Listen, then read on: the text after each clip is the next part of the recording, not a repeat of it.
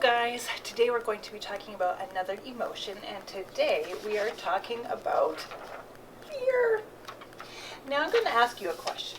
Who do you think is more fearful, some babies or adults?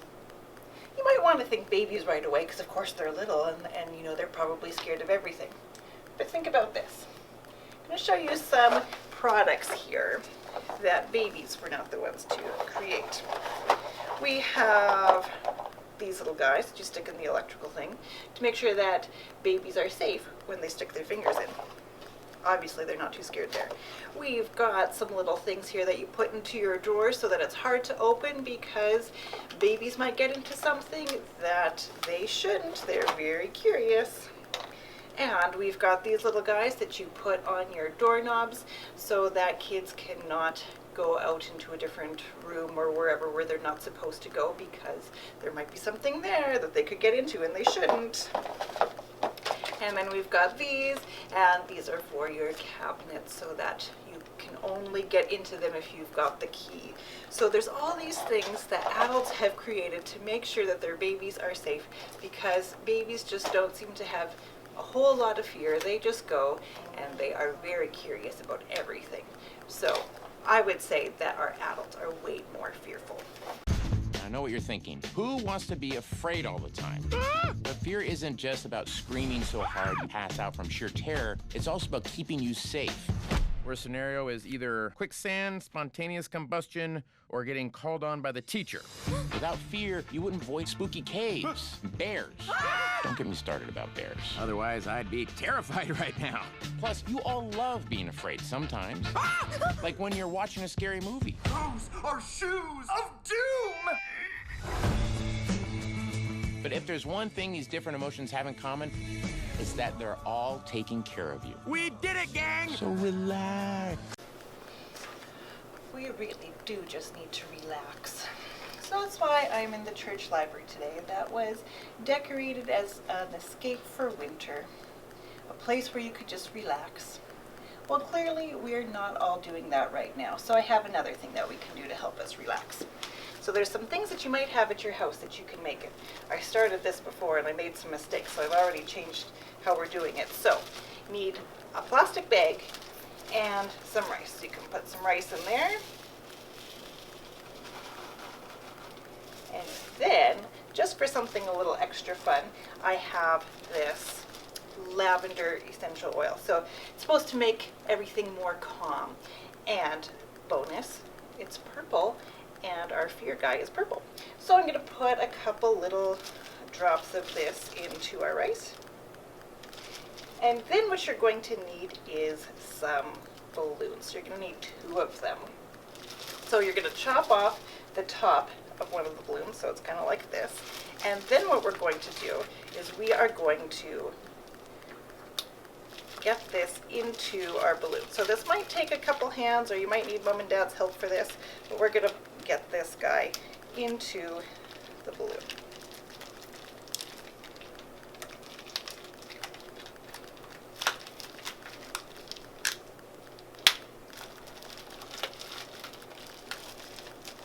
Almost got it there. Oh, I think I'm losing rice. Good thing today is cleanup day here.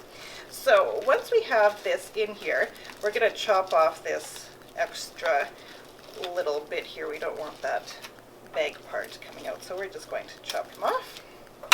And then we're going to take a second balloon. So I chose purple because our fear guy is purple. So once again, we're going to chop off the top. And then where we can see this little thing that we don't really want to see is we're going to cover it up there. So we got to open up our little balloon here, and we can put them there. So we've got ourselves one of those little stress balls, and now it smells more like lavender than balloons, which is a good thing. Now if you want, you can make it a little more creative and more like our fear guy, and you could draw a little face on him. So he's kind of got that little hair thing, and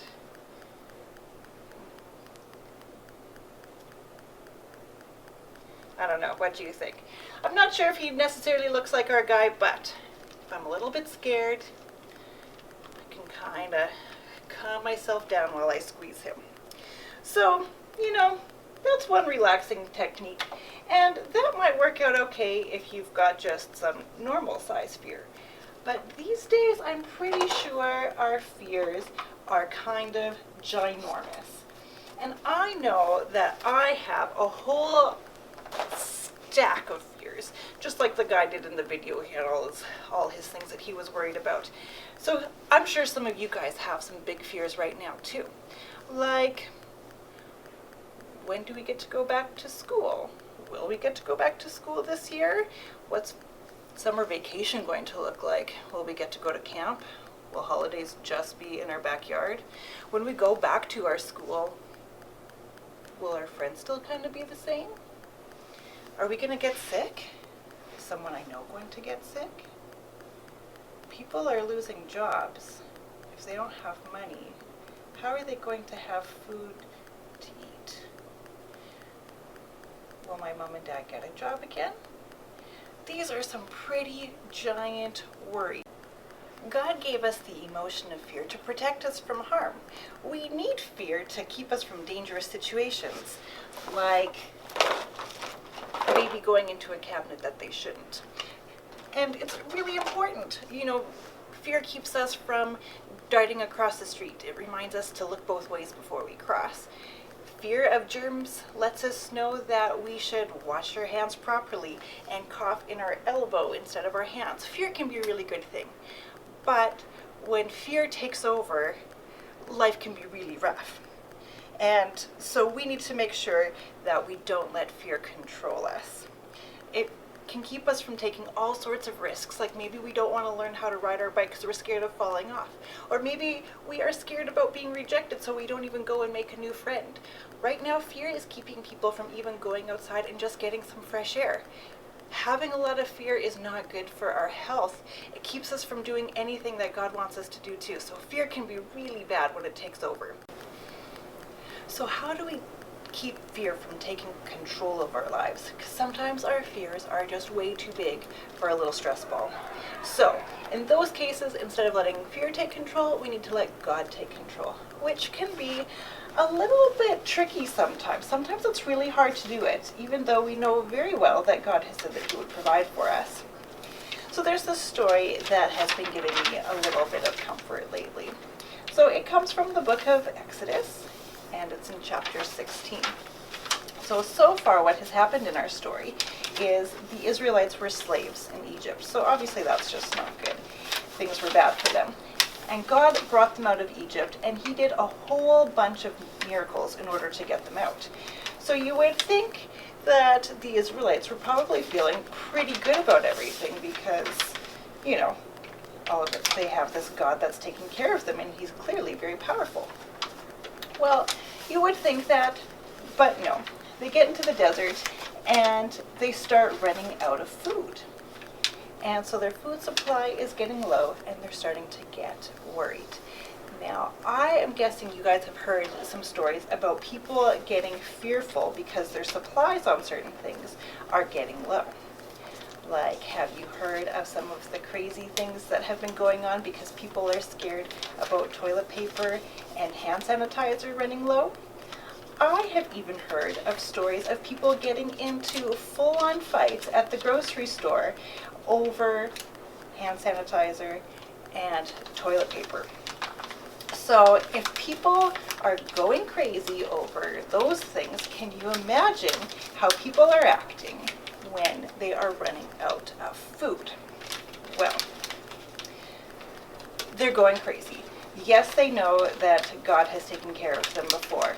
They saw tons of miracles, but instead of relying on God and not being overly worried about things, they are freaking out. So they complain. And God tells Moses that He's going to take care of them. He's going to send them quail, and then He's also going to send them this stuff called manna. So manna is this kind of thin, wafery kind of stuff, and it was going to rain down from heaven, and it was going to cover the ground.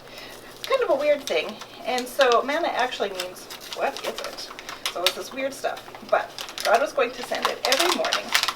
And so then they were supposed to go and they were supposed to collect it. And everybody was supposed to get just what they needed, which was 3 pounds. So every morning they'd pick and they'd pick and they'd pick and they would gather what they needed. And it said everybody had what they wanted. But some people, even though God had said that he was going to do this every day, they were still a little bit on the freaked out side. So they started panic picking, I suppose you could call it, just like panic buying. So sometimes they would collect more than they needed. And do you know what would happen? In the morning, all that extra that they didn't actually need had gone stinky and full of maggots. That is disgusting. We'll talk about disgust another day. But anyway, this is a really cool thing. So they had to pick just enough, otherwise it went too bad. But then on the 6th day, God told them that they were supposed to have twice as much as they needed. So they would pick and pick and pick into their baskets, and they would have what they needed for 2 days. And in the morning, it wasn't all disgusting. It was all good, because God wanted them to be able to rest on the 7th, and he promised he would take care of them. And they did. So they had just what they needed, just the right amount of what they needed every single day. So when I start getting a little bit worried about things like, is something going to run out, or am I going to have what I need? I can remember that God gives us just what we need. We don't need to be super fearful about everything. And when we let our fear take control, we just don't even know what to do, and we don't do anything. It's not very good. And so we can know that we can give God control of our fears, and he will gladly take them. Now, you know that Mrs. White that used to help in Club DJ, she told me something very smart the other day. She said, you have to let go and give it to God, but then once you do it, don't take it back. Don't take your fears back from God. Just let God take control of our fears so that we can rest and relax knowing that God is in control.